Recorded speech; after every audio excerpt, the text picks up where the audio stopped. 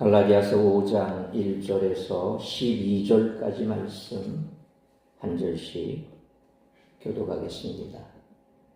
그리스도께서 우리를 자유롭게 하려고 자유를 주셨으니 그러므로 굳건하게 서서 다시는 종의 멍에를 매지 말라.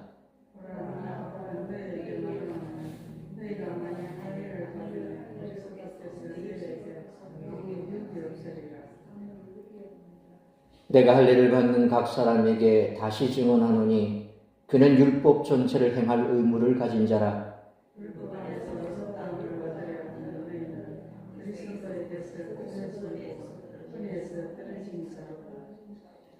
우리가 성령으로 믿음을 따라 의의 소망을 기다리노니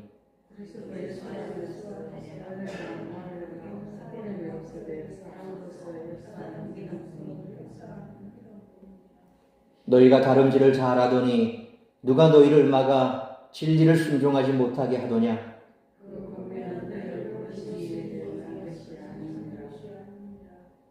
적은 누룩이 온 동이에 퍼지느니라.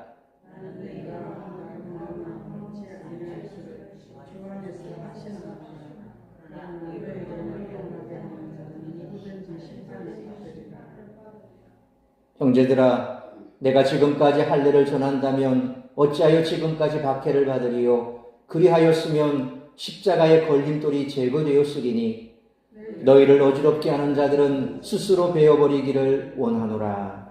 아멘. 기도하겠습니다. 걸어가신 아버지 하나님, 은혜와 사랑을 감사합니다. 오늘도 우리가 삶의 도전에서 땀 흘려 수고하고 또 피곤한 몸을 이끌고 주님 앞에 정한 시간 예배의 자리에 나왔습니다. 우리 육신을 강건케 하여 주옵소서. 피곤치 않게 하여 주옵소서. 말씀으로 우리를 새롭게 하시고 신과 능력을 더하여 주시옵소서. 이 시간에도 오직 예수 그리스도를 믿음으로 말미암아 구원받는다고 하는 이 귀하고 복된 복음이 우리의 심령 깊이 새겨지게 하여 주옵시고, 여전히 이 땅 가운데 이 구원의 복음을 알지 못하는 자들에게 우리가 나아가 이 구원의 복음, 영생의 복음, 천국의 소망을 그들에게도 전할 수 있는 담대함을 허락하여 주시옵고, 믿는 만큼 우리가 살아가게 하여 주옵시고, 날마다 우리의 믿음이 더 깊어지고 넓어지고 높아져서 진정 예수 그리스도의 제자다운 삶을 살아내기에 부족함이 없도록 크시는 좀 베풀어 주옵소서. 이 시간에도 우리 사랑하는 성도들 어디에 있든지 무엇을 하든지 이 예배의 자리를 기억나게 하여 주옵시고, 이 자리를 사모하게 하여 주옵시고, 주님 앞에 나와 예배할 수 있도록 인도하여 주시옵소서. 가정마다 다급한 소식 오가지 않도록 붙들어 주시옵고, 말씀이 뿌려질 때에 우리의 마음밭이 옥토가 되어 30배, 60배, 100배 열매 맺는 말씀 될 수 있기를 간절히 빌고 소원하오며, 이 모든 말씀 우리 주 예수 그리스도의 이름으로 기도하옵나이다. 아멘. 바울은 이제 갈라디아 성도들에게 율법으로부터 자유를 굳게 지키지 않을 경우 공동체에 닥칠 위험성을 경고함으로써 거짓 교훈을 배격하도록 호소하고 있습니다. 이 거짓 가르침을 받아들인다는 것은 그리스도의 대속 죽음이라는 하나님의 은혜로운 선물이 하나님이 이루려고 하셨던 곧 죄인을 의롭게 하시는데 불충분하다는 것을 의미하는 것입니다. 그리스도의 죽음이 성도를 율법의 저주에서 구속할 능력이 있음을 믿지 못하는 것이고, 율법을 지킴으로써 생명을 얻을 수 있다라고 믿는 것으로 자신의 능력을 의지하는 것을 의미합니다. 그러나 그 누구도 율법을 온전히 순종하기란 불가능할 뿐만 아니라 하나님이 당신의 백성에게 율법을 주신 본래 의도도 아닙니다. 하나님이 율법을 주신 것은 인간 죄성의 깊이를 보여주고 유대인과 이방인이 모두 예수 그리스도의 신실하심을 믿음으로써 아브라함에게 주신 열방을 향한 약속의 성취를 준비시키고자 함이었습니다. 그러므로 율법을 통해 하나님 앞에서 의로움을 얻으려는 인간의 노력은 곧 율법을 행함으로써 하나님께 어떤 보상을 얻어내려는 시도이기 때문에 그것은 오직 하나님의 은혜로 이루어진 의로움과 양립할 수 없습니다. 그러므로 하나님 앞에서 의로움은 오직 하나님의 은혜로 그분의 백성에게 그리스도의 대속적 죽음을 통해 주신 화해와 생명의 길을 믿음으로 받는 것뿐입니다. 믿음은 할례나 무할례와 같은 인간의 자격에 근거하지 않습니다. 그리고 이러한 믿음의 진실성은 다른 사람을 사랑을 하는 방식으로 나타나게 된다는 것 또한 잊지 않는 우리 모두가 되시기를 축원합니다. 앞서 살펴본 말씀처럼 바울은 유대 율법주의자들을 강력하게 비난하면서 이방인 성도는 이미 예수 그리스도를 믿음으로 약속의 자녀가 되었음을 선포했습니다. 이제 갈라디아 성도들은 이방인이라는 자기 정체성을 버리지 않으면서 예수님의 제자가 되는 것을 배워야 합니다. 따라서 이와 같은 오늘 본문의 말씀을 통해 우리들이 깨달아야 할 것은 첫째로 1절로 4절 말씀처럼 성도는 종의 멍에를 매지 말아야 한다는 것입니다. 1절 말씀처럼 갈라디아서의 메시지를 강력한 표어로 압축한 말씀이 바로 오늘 본문 1절입니다. 그리스도를 믿음으로 자유롭게 된 성도들은 더 이상 종의 멍에를 매서는 안 됩니다. 성도가 더 이상 종의 멍에를 매서는 안 되는 이유는 바로 그리스도께서 성도에게 자유를 주셨기 때문입니다. 이 말씀은 앞선 4장 31절에 그런즉 형제들아 우리는 여종의 자녀가 아니요 자유 있는 여자의 자녀니라 라는 말씀과 연결되는데 바울은 성도들이 얻은 신분 변화의 근거는 그리스도의 구속적 죽음이라고 설명합니다. 그리스도께서 우리를 자유롭게 하셨다는 이 직설적인 선포에 이어 곧바로 바울의 권면이 뒤따릅니다. 그러므로 갈라디아 성도들은 다시는 율법 아래서 종노릇하던 이전 상태로 돌아가서는 안 되고 그리스도 안에 있는 자유를 열심히 지켜야 한다는 것입니다. 여기서 종의 멍에를 매지 말라라는 말은 그리스도께서 자유 있는 여자의 자유로 누리게 되는 그 자유를 위해 우리를 자유케 하셨기 때문에 더 이상 종의 멍에, 율법의 멍에를 맬 필요가 없음을 교훈하는 것입니다. 멍에라고 하는 말은 마태복음 11장 29절로 30절에 보면 나는 마음이 온유하고 겸손하니 나의 멍에를 메고 내게 배우라. 그리하면 너희 마음이 쉼을 얻으리니 이는 내 멍에는 쉽고 내 짐은 가벼움이라 하시니라 라는 이 예수님의 말씀처럼 사람들에게 안정감을 주고 길자비가 되는 가르침을 뜻하기도 하지만 오늘 본문에서는 사람들을 통제하고 노예로 부리는 그것을 멍에라 그렇게 표현하고 있습니다. 그리스도께서 갈라디아 성도들을 노예 상태에서 구원하셨으므로 어떤 상황에서도 그들은 다시 종속되는 것을 절대로 용납해서는 안 됩니다. 이제 바울은 갈라디아 성도들이 맞닥뜨린 중요한 문제인 할례 문제를 2절로 4절에서 언급하면서 실질적으로 갈라디아 성도들이 잘못된 교훈을 따라서 율법 아래로 들어갈 때 마주칠 심각한 결과에 대해서 경고합니다. 당시 할례는 교회 내 침투한 율법주의자들이 성도들을 다시 율법의 종으로 만드는 데 있어서 가장 유용하게 사용한 무기였으므로 바울은 이에 대한 가장 먼저 거론을 하고 있습니다. 바울은 2장 3절에서 그러나 나와 함께 있는 헬라인 디도까지도 억지로 할례를 받게 하지 아니하였으니 라는 말씀처럼 이미 디도의 예를 통해 할례 문제를 언급한 바 있습니다. 그는 어떤 배경에서 예루살렘 공의회 이후 갈라디아 교회 할례 문제가 발생했는지는 본문에 설명하지 않습니다. 대부분이 이방인이었던 갈라디아 성도들이 할례를 수용한다는 것은 유대교로 개종하고 유대교 율법을 따르겠다는 그런 표징이었습니다. 이에 대한 바울의 논의는 매우 강합니다. 그런 율법과 그리스도는 근본적으로 양립할 수 없다고 주장합니다. 2절 말씀은 단순히 할례를 받는 행위에 대해서뿐만 아니라 할례를 향해서 쏠리고 있던 이 갈라디아 성도들의 마음가짐 자체에 대해서 제동을 걸기 위함이라고 볼 수 있습니다. 이런 동안 갈라디아 교회에 대해서 할례의 문제가 얼마나 급박하게 전개되고 있었는지를 엿보게 하는 부분이기도 합니다. 한편 4절 말씀처럼 당시 갈라디아 성도들이 할례를 추구하는 목적은 율법을 지킴으로 의롭게 되기 위해서였습니다. 그것도 할례만을 강조하는 문맥의 뉘앙스나 혹은 3절의 내용으로 볼 때 전체 율법을 지킴으로써가 아니라 오직 할례라고 하는 이 한 가지 의식을 통해 의롭게 되고자 했던 것으로 볼 수 있습니다. 그래서 바울은 너희가 하나님 앞에서 의롭게 되기 위해서 할례를 받으면 그리스도로부터 얻을 수 있는 모든 유익을 잃게 될 것이라고 경고하고 있는 것입니다. 이들은 서로 다른 힘의 영역을 대표하기 때문에 할례를 통해 율법의 권세에 들어가기로 선택한 사람들은 그리스도에게서 끊어지는 것이며 은혜에서 떨어지는 것과 같습니다. 바울은 율법과 그리스도 사이에는 중간지대가 없고 타협도 불가능하다고 설명합니다.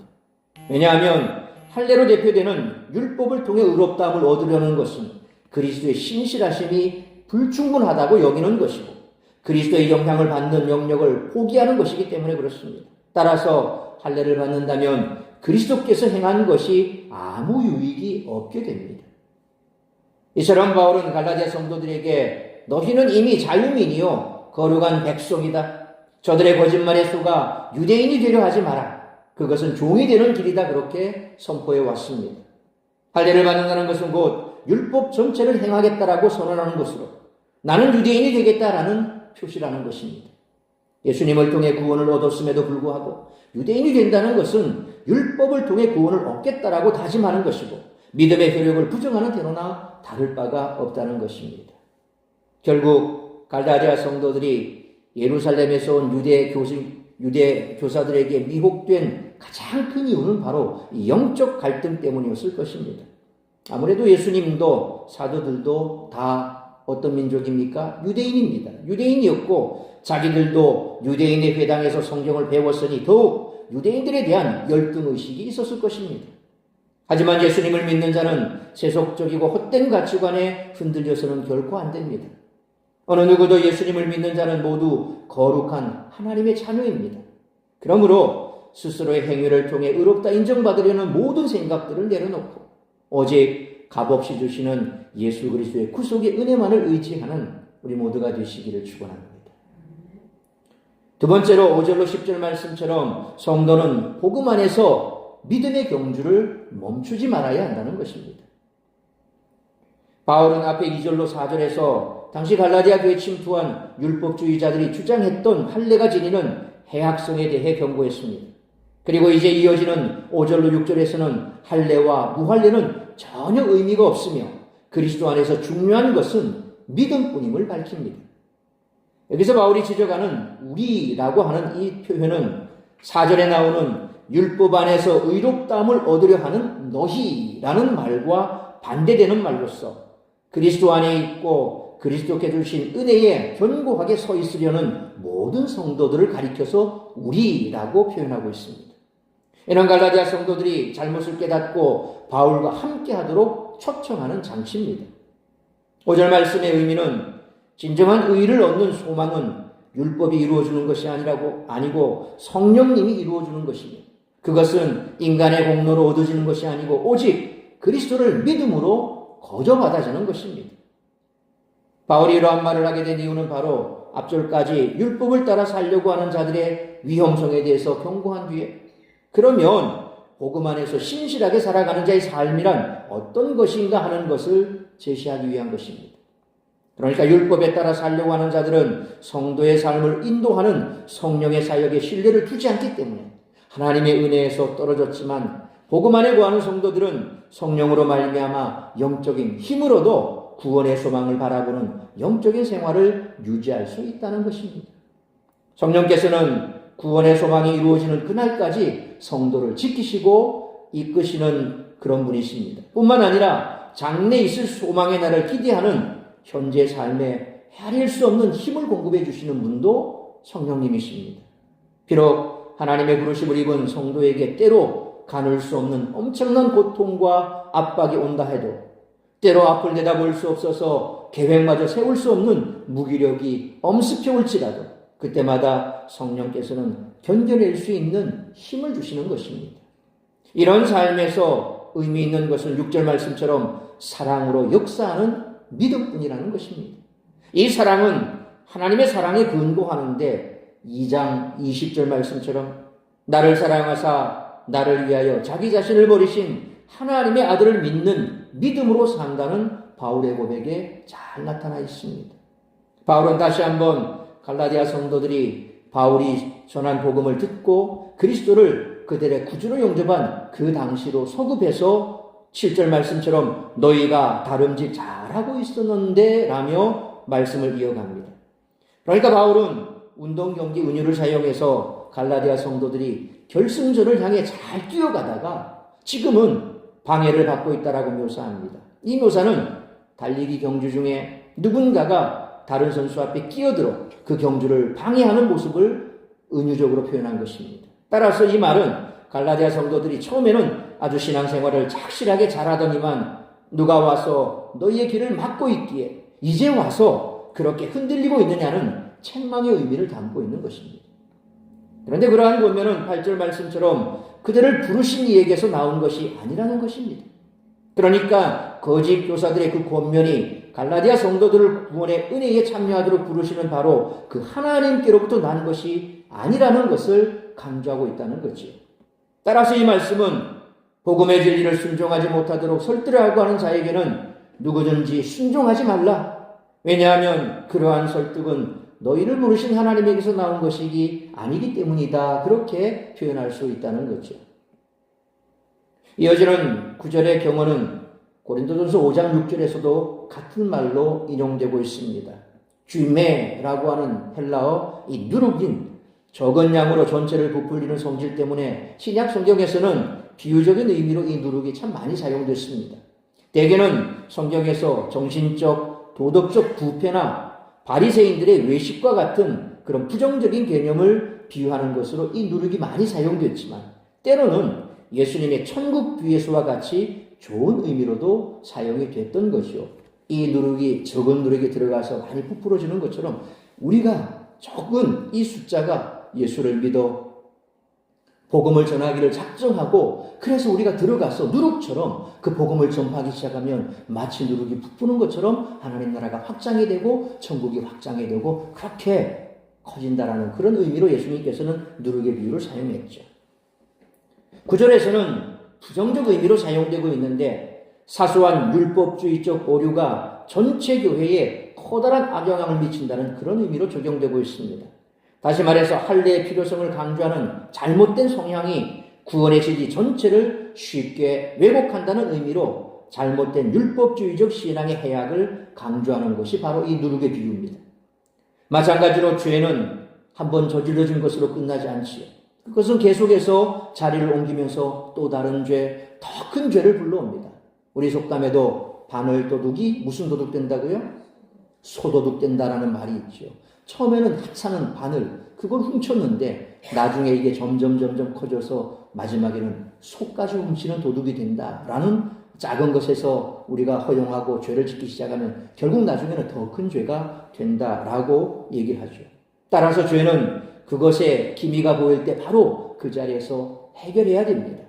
커다란 빵덩어리에 핀 약간의 곰팡이를 바로 제거하지 않는다면 얼마 지나지 않아서 온 빵덩어리 안에 퍼지듯이 조그마한 죄의 싹을 즉시 잘라내지 않는다면 그것은 곧 한 인간을 구제하기 어려울 정도의 참혹한 죄인으로 만들어버린다는 것입니다. 바울은 결국 10절 말씀처럼 하나님이 갈라디아 성도들을 복음으로 돌아오게 하실 것을 확신하면서 이들을 요동하게 한 자들은 심판을 받으리라고 경고합니다. 바울이 말한 심판은 궁극적으로 하나님의 심판이지만 보다 가까운 의미에서는 공동체에서 배척당하고 쫓겨나는 것을 말하고 있습니다. 이처럼 바울은 성령으로 믿음을 따라 의의 소망, 예수님의 재림과 하나님의 나라가 완성될 날을 기다리고 있는데 그리스도 예수께서 통치하시는 나라에서는 할례자와 무할례자, 곧 유대인과 이방인의 구분이 없고 오직 사랑 안에서 역사하는 믿음만이 의미가 있다라고 선언합니다. 바울은 예수님도 믿고 할례도 받으면 되지 않느냐는 식의 안일한 태도를 가진 자가 있을까 염려했던 것입니다. 예수 믿기 얼마 안 된 사람들, 특히 다른 종교에서 예수를 믿은 사람들은 흔히 그런 착각에 잘 빠집니다. 예수님께 기도하면 좋고 내가 이전에 믿던 종교에 기도해도 좋고 그래서 여기도 기도하고 저기도 기도하면 따따블로 뭐 이렇게 해서 복이 오지 않겠냐 그런 생각을 하시는 분이 있습니다. 예. 저희 집에도 그랬습니다. 예. 옛날에 불교에 아주 심취해 계신데 보살이셨는데 예. 자녀들이 이제 교회를 나가고 이러니까 교회를 오셨는데 한동안은 절에도 초파일 되면 등을 달아야 되고 교회 와서도 예배도 드려야 되고 초파일에 등 달면 복 받고 여기서 기도하면 복 받고 그런 생각을 하셨다 그러더라고요. 처음 예수 믿으면 그런 생각할 수 있습니다. 복을 받는데 더블로 받으면 좋지. 마치 유대인데 초징인 할례도 받으면 유대인처럼 하나님에 더 가까워지는 것 같고, 또 예수님을 믿었으니까 예수님 믿어서 예수님이 축복 주면 그도 좋고, 그래서 나는 이방인인데 할례를 받으니 유대인이 오는 복도 받고, 예수님 믿으니 예수님 오는 축복도 받고, 뭐 이런 개념입니다. 그런데 그게 결코 옳은 게 아니라는 거죠. 바울은 결론적으로 갈라디아 성도들이 이 소망을 향해 잘 달려가고 있었는데, 예수님으로부터 나지 않은 거짓에 휩쓸려 순종하지 않은 것을 질책하고 다시는 다른 마음을 품지 말라는 말로 유대인들의 거짓에 단호하게 대처해야 한다는 가르침을 마칩니다. 그러므로 우리가 바라보아야 할 표대는 오직 예수 그리스도 복음뿐이므로 그 길에서 결코 벗어나지 않으며 믿음의 경주를 멈추지 않는 우리 모두가 되시기를 축원합니다. 세 번째로 11절로 12절 말씀처럼 성도는 대적과 박해를 두려워하지 말아야 한다는 것입니다. 바울은 이제 11절 말씀처럼 갈라디아 성도들이 잘 알고 있는 자신에 대한 대적들의 비난에 반박을 합니다. 사실상 바울은 한때 유대교와 조상의 유전들을 존중히 여기고 이를 열심히 전파하는 그런 자였죠. 그래서 그는 율법에 열심히 있던 자였습니다. 우리가 잘 아는 대로 바울은 다메섹 도상에 가기 전까지만 해도 예수 믿는 사람을 잡아서 옥에 가두는 게 그들의 기쁨이었고, 그게 하나님께 자기는 충성하는 걸로 그렇게 생각했었죠. 그래서 다메섹에 갈 때도 제사장들로부터 그들을 체포할 수 있는 그런 서신을 들고 다메섹으로 가는 길에 예수님을 만났지 않습니까? 그 전까지만 해도 그는 예수 믿는 사람을 옥에 가두고 죽이는 것이 자기의 본분이라고 그렇게 생각했던 사람이었습니다. 그런데 회심한 후 사도행전 16장 3절에 바울이 그를 데리고 떠나고자 할새 그 지역에 있는 유대인으로 말미암아 그를 데려다가 할례를 행하니 이는 그 사람들이 그의 아버지는 헬라인인 줄 다 알미로라 라는 말씀처럼 디모데에게 그가 할례를 시행한 그런 경험도 있습니다.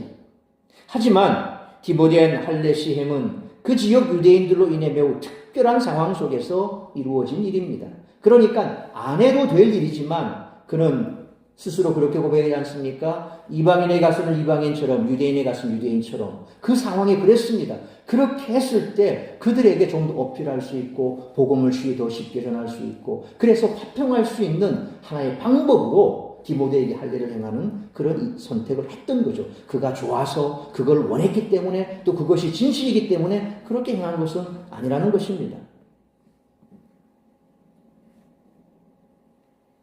그럼에도 불구하고 바울을 대적하는 자들은 이런 일들을 빌미로 바울도 마치 할례의 필요성을 주장하는 율법주의자인 것으로 호도했던 것으로 추정이 됩니다. 그래서 바울은 자신이 유대인 신자들에게 박해받은 경험을 이제 나눕니다. 만일 그가 이방인들을 위해 율법에서 자유로운 복음을 전하지 않았다면 어려움을 당하지 않았을 것입니다.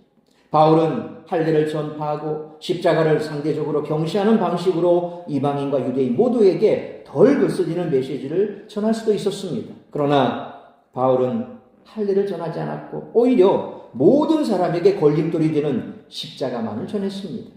왜냐하면 오직 십자가만이 구원의 유일한 방편이기 때문에 바울은 온갖 핍박에도 불구하고 오직 십자가만을 전할 수밖에 없었던 것입니다. 바울은 그의 대적들을 향해 12절 말씀처럼 스스로 베어버리기를 원한다라고 강하게 비난합니다. 여기서 베어버리다라는 단어가 당시 헬라 문화 속에서 거세를 뜻하는 말로 사용되었다는 점에서 스스로 거세어버리다라는 의미를 지닌다는 견해가 대부분 동의를 얻는 그런 학설입니다. 그렇다면 바울은 왜 어지럽게 하는 자들이 스스로 거세하기를 바란다라고 말한 것일까요? 사실상 자신의 신체 일부를 잘라내는 행위는 당시 이방 종교나 이단들에서 종교적 헌신을 표시하는 의식으로 행해지곤 했던 그런 의식입니다. 바울은 이러한 풍습을 염두에 둔 것 같습니다. 그러니까 할례는 이미 그리스도의 십자가로 인하여 종교적 가치를 상실했으므로 그것은 단지 우상 종교 의식과 마찬가지로 손할례에 불과한 것임을 암시적으로 표현하는 것이죠. 그러니까 아무 의미가 없다는 것입니다. 손으로 한 할례, 그것은 의미가 없습니다. 그래서 바울은 내 마음의 할례를 행하라 그렇게 말하지 않습니까? 그 손으로 한 그거 아무 의미가 없는 거죠. 그럼에도 불구하고 갈라디아 성도들을 어지럽게 하는 이 율법주의자들이 그러한 할례를 구원과 관련해 영적 가치가 있는 것으로 계속 믿고 있다면 음경의 일부만 배워버릴 것이 아니라 전체를 배워버림으로 더욱 철저한 헌신의 모습을 보이는 것이 좋지 않겠느냐, 그렇게 표현한 것입니다. 그냥 할례라고 하는 것이 뭔지 대충 아실 겁니다. 그걸 그렇게 행하는 것보다 그냥 아예 그냥 거세를 해버리라. 이게 더 명확하게 나는 하나님만 믿습니다. 율법만 지키겠습니다. 이것보다 더 강한 표현이 어디 있겠냐 이 말이죠. 마치 이 종교인들이 이방신을 섬기는 자들이 자기 몸에 상처를 내고 구약에도 나오지 않습니까? 갈멜산에서 850대 1의 엘리야 선지자와 싸울 때 그들이 나중에 어떻게 합니까? 전혀 하늘에서 불이 안 내려오니까 자기 몸에 상처를 내기 시작합니다. 왜요? 그렇게 해서까지라도 시대에게 감동을 주기 위한 거예요. 딴 것도 없습니다. 이방신은 바로 그런 겁니다. 뭔가를 감동을 시켜야 되는 거예요. 그래 보면 참 우리 예수 믿는 사람이 얼마나 축복인지 모릅니다.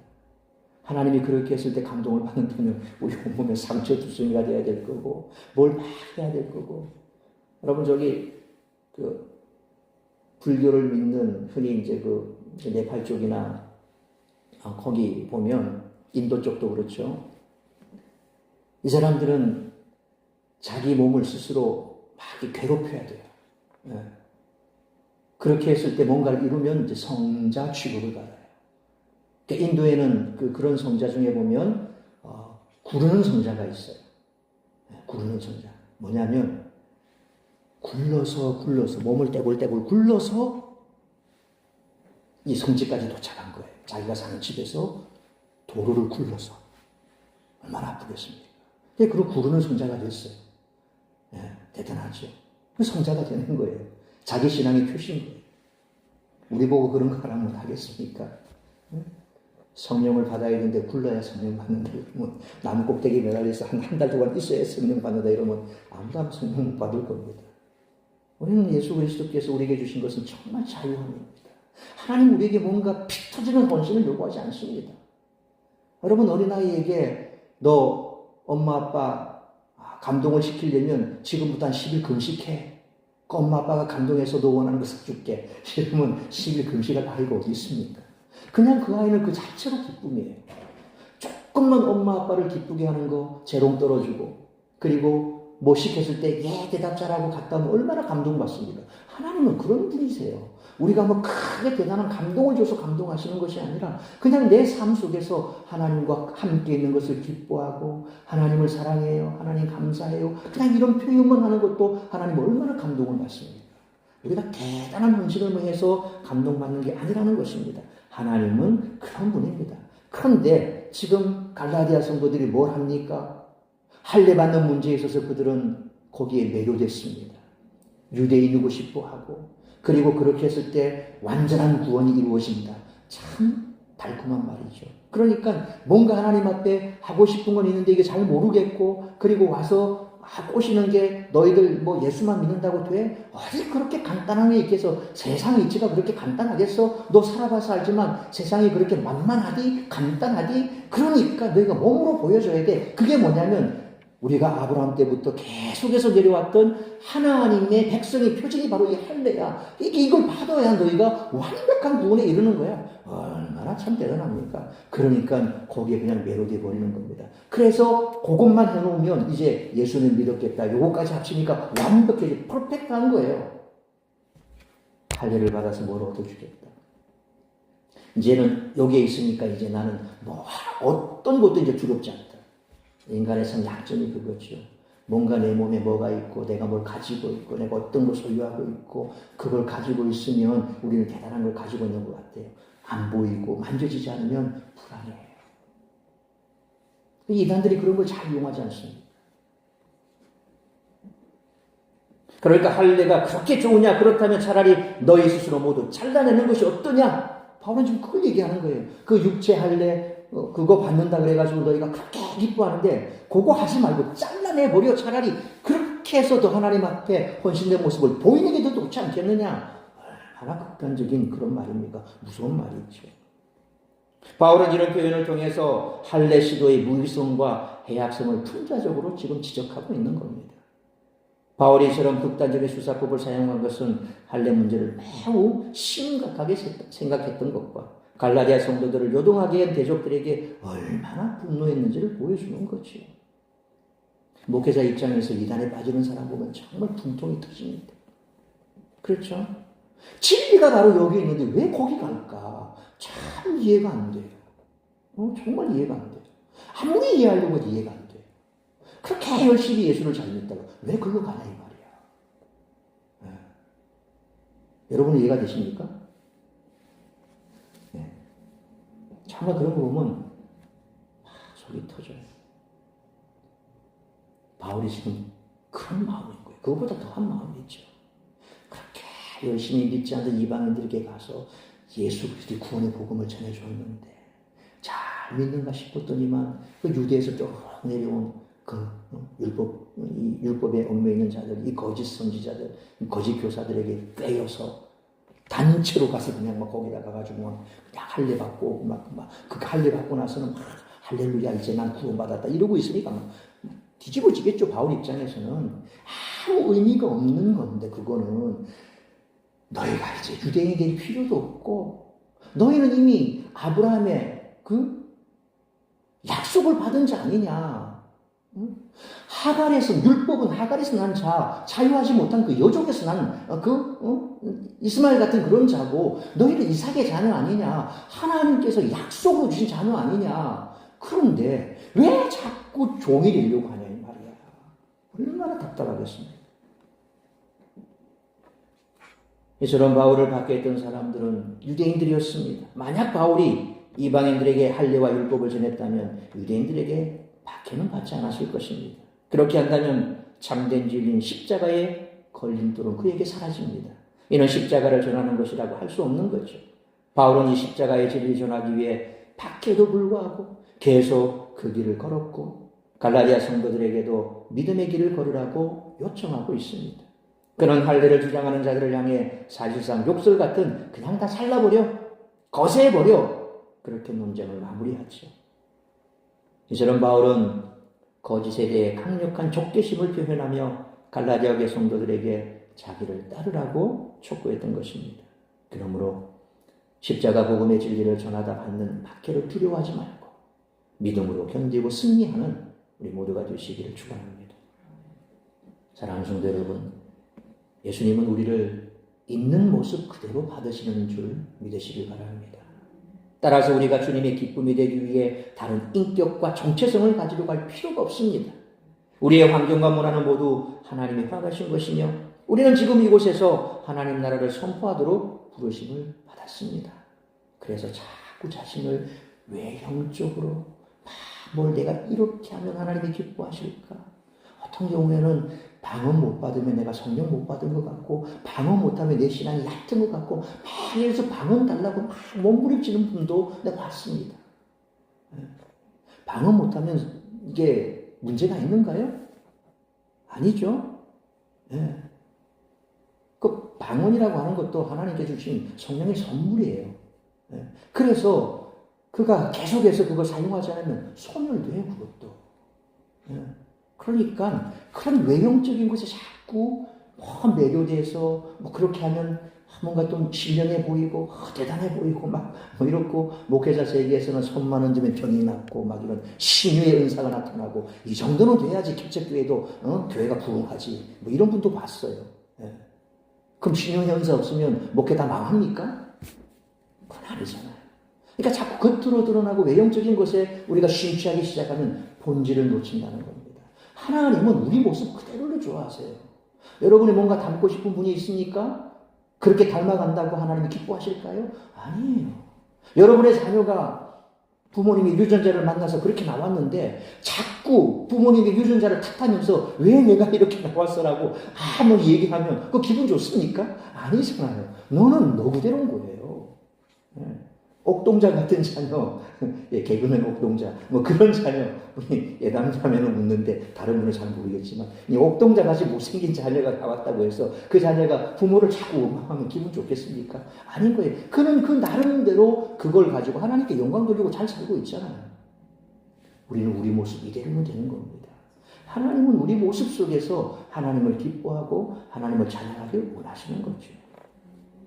그러므로 우리가 처한 위치에서 어떻게 주님을 섬겨야 할지를 살피고 복음 안에서 믿음의 경주를 멈추지 말아야 하며 십자가 복음의 진리를 전하다 박해받기를 두려워하지 말고 믿음으로 견딤으로 승리하는 우리 모두가 되시기를 주님의 이름으로 축원합니다. 기도하겠습니다. 거룩하신 아버지 하나님, 은혜와 사랑을 감사합니다. 오늘 갈라디아 교회 성도들을 향해서 그처럼 바울이 핏대를 높이며 그들을 책망하기도 하고 또 그들에 대하여 이처럼 간절한 마음으로 울부짖는 그 부르짖음을 우리의 신앙에 다시 한번 비추어 볼 수 있기를 원합니다. 주님은 우리 모습 이대로 사랑하십니다. 내가 더 어떻게 되기를 원하지 않습니다.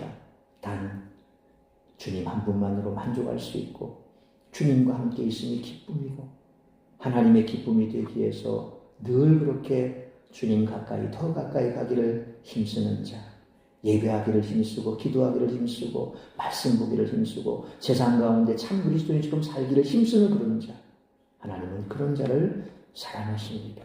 그러므로 세상 가운데서 세상 사람들처럼 그렇게 더 높아지고 더 많은 것을 가지고 그래서 물질적으로 또 더 많은 것으로 하나님을 영화롭게 하기보다는 내 있는 그 형편에서 내가 하나님을 기뻐하고 하나님의 사랑 안에서 자유롭게 하나님을 섬기고 몸된 교회 안에 힘 닿는 대로 헌신하는 삶, 그래서 그 안에서 참된 자유를 누리면서 하나님과 동행하는 삶, 그런 삶을 살아가는 우리 모든 성도들이 되게 하여 주옵소서. 주께서 우리에게 주신 바 이 땅의 한 분이상 참으로 진리 안에서 자유를 누리며 주님과 동행하며 주님이 기쁨이 되기를 원하는 그런 삶을 살아가는 우리 모든 성도들이 될 수 있기를 간절히 빌고 소원하오며 이 모든 말씀 우리 주 예수 그리스도의 이름으로 기도하옵나이다. 아멘.